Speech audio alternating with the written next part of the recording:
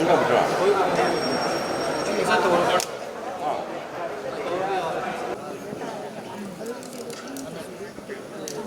each one of you present here at the state level workshop on UNNATI and RAMS.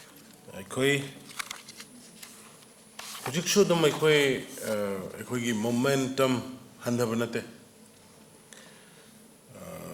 momentum towards the development 2017 dagina hoi mamang da su adum lai re but portion du pa bai on part 2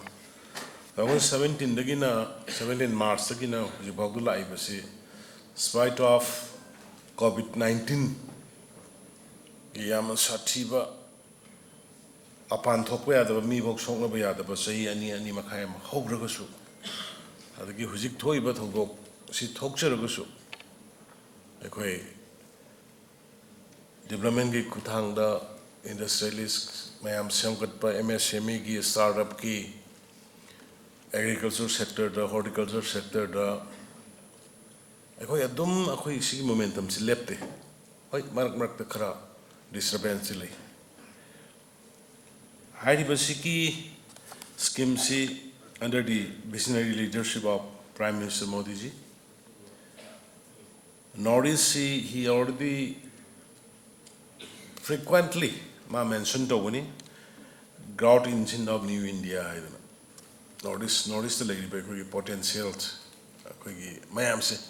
young say hujik magi moi ani la pikriba Government of India ki representative poina lakpri khiba official ani na je moi gi phajana utkhre sidai da adu nupi sing all India gi oina khoi gi entrepreneurs MSME gi sidai da involved to was khoi nupi sing si Manipur no first ni ais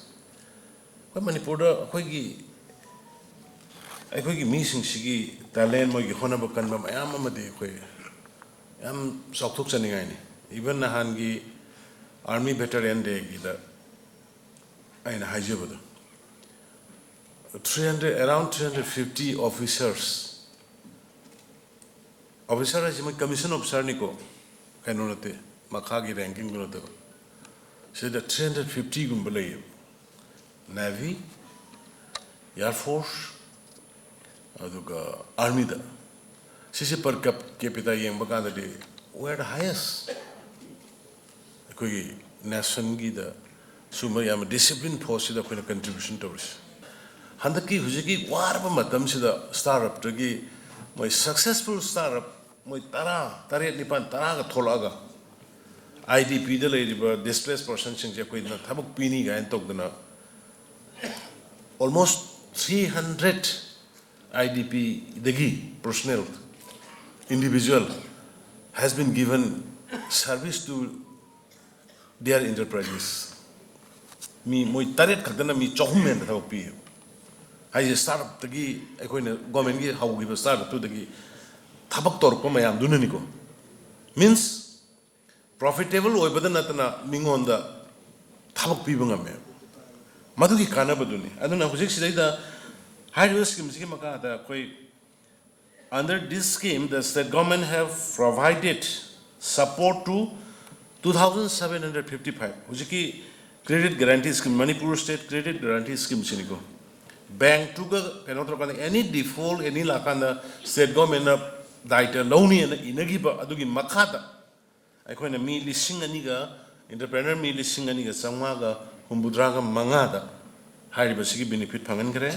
Si manunga only moin long only 202 crore katang idea. Another out of 700 crore. Aduna 500 crore gi maya da mo si bank da mayam low way area.